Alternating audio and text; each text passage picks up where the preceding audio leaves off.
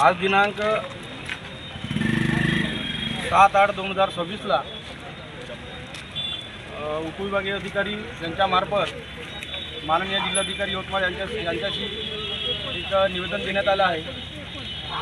निवेदनाचा मुख्य उद्देश सोमनाळा, निंबाळा, झरपट, राजूर, भांदेवाडा, सोनापूर, बोदाड व पडसोनी, मेघदूत आणि चिखलगाव, कडमणा या परिसरात राहणाऱ्या सर्व नागरिकांची समस्या आहे।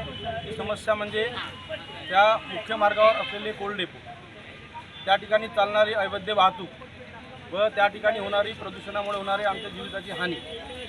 आमचा प्रश्न आहे प्रशासनाला की मागील 30-35 वर्षापासून या मतदारसंघात सर्व राजकीय पक्षाचे नेते मंडळी आपापल्या पक्षाचं राजकारण करत असतात, पण ह्या विषयाला ते लोक गंभीरपणे घेत नाही। या ठिकाणी मृत्युमुखी पडणारा जो मुलगा आहे तो सामान्य कुटुंबातला आहे। कुठल्या अधिकारी, कर्मचारी, कुठले आमदार, खासदार किंवा कुठल्या प्रतिनिधीचा मुलगा त्या ठिकाणी अपघाती मरत नाही, तो मरतो तर आमच्या परिसरातला सामान्य नागरिक, तो शेतकऱ्याचा असो, मजुराचा असो की कुठलाही असो, पण मरणारा हा सामान्य माणूस आहे। म्हणून आम्ही यावेळी अशी गंभीर दखल घेतली सर्व लोकांनी, सर्व गावकऱ्या लोकांनी, का हे आंदोलन आता आमचं थांबणार नाही जोपर्यंत त्या ठिकाणी अवैध कोल्ड डेपो हटणार नाही, त्या ठिकाणी जोपर्यंत पूर्ण वाहतूक शिस्तप्रिय होणार नाही।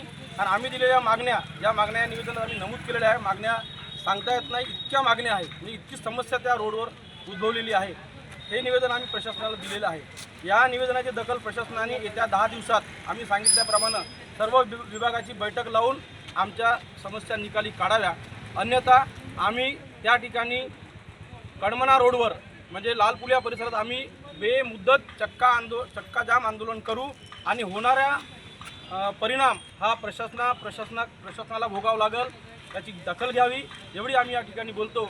आणि या निवेदनाच्या अनुषंगाने सर्व गावातील सर्व माजी सरपंच, उपसरपंच, सदस्य, ग्रामपंचायत सदस्य आणि इतर सामाजिक संघटनेत काम करणारे सर्व मित्रपरिवार या परिसरातले उपस्थित आहे।